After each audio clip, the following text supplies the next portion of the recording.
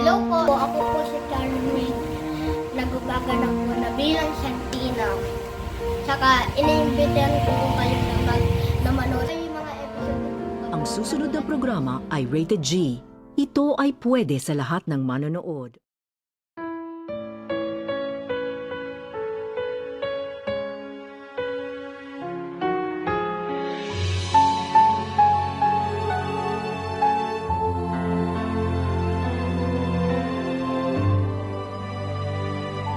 Pero po, na-promise ko na po yung parang pag-asa. Huwag ka na marami tanong. Basta ang mahalaga, doon muna tayo tutuloy. Mabait naman si Kuya Ismael. Ang bukas ay di naiho at manalig lagi sana tayo.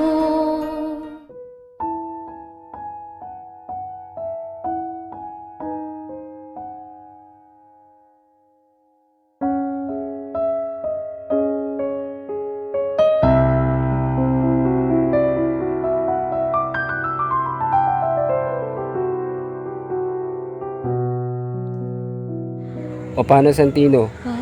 Andito na tayo sa bahay ni Kuya Ismael. Saglit lang at lalabas din yun. Sige po. Oh, ikaw pala yung brother Jose. Sino yung kasama mo? Ako po si Santina.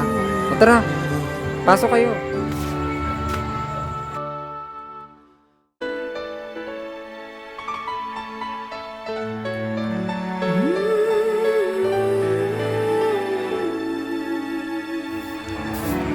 Santino, anong ginagawa mo? Nagwawalis po. Nagwawalis? Opo.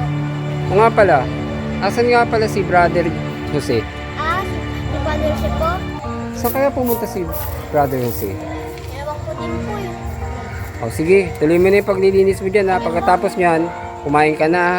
Sige po. Maghahapunan na tayo. Sige po. Kuya Ismael, ano po yung ulam natin? Wait lang, Santino, kasi niluluto pa yung sardinas eh. Pero Sige huwag ka lang po. mag-alala.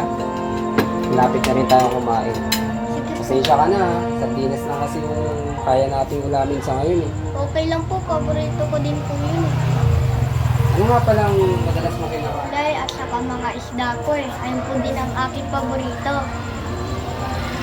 Sino naman naghahanda sa inyo ng pagkain? Father Anthony din po. Siya nga pala, Santino. May alam pa ba kung anong oras yung uwi si brother Jose?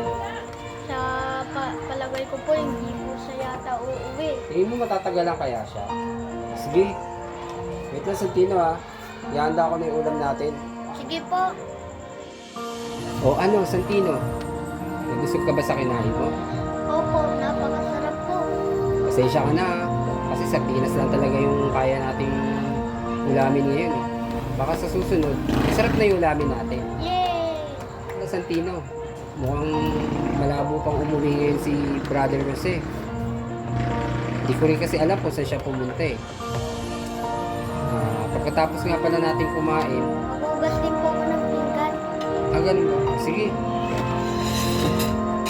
Sige, palagay na lang sa may lababo, Santino ha. Sige po. Pagkat ang Diyos natin, Diyos ng pag-ibig, magmahal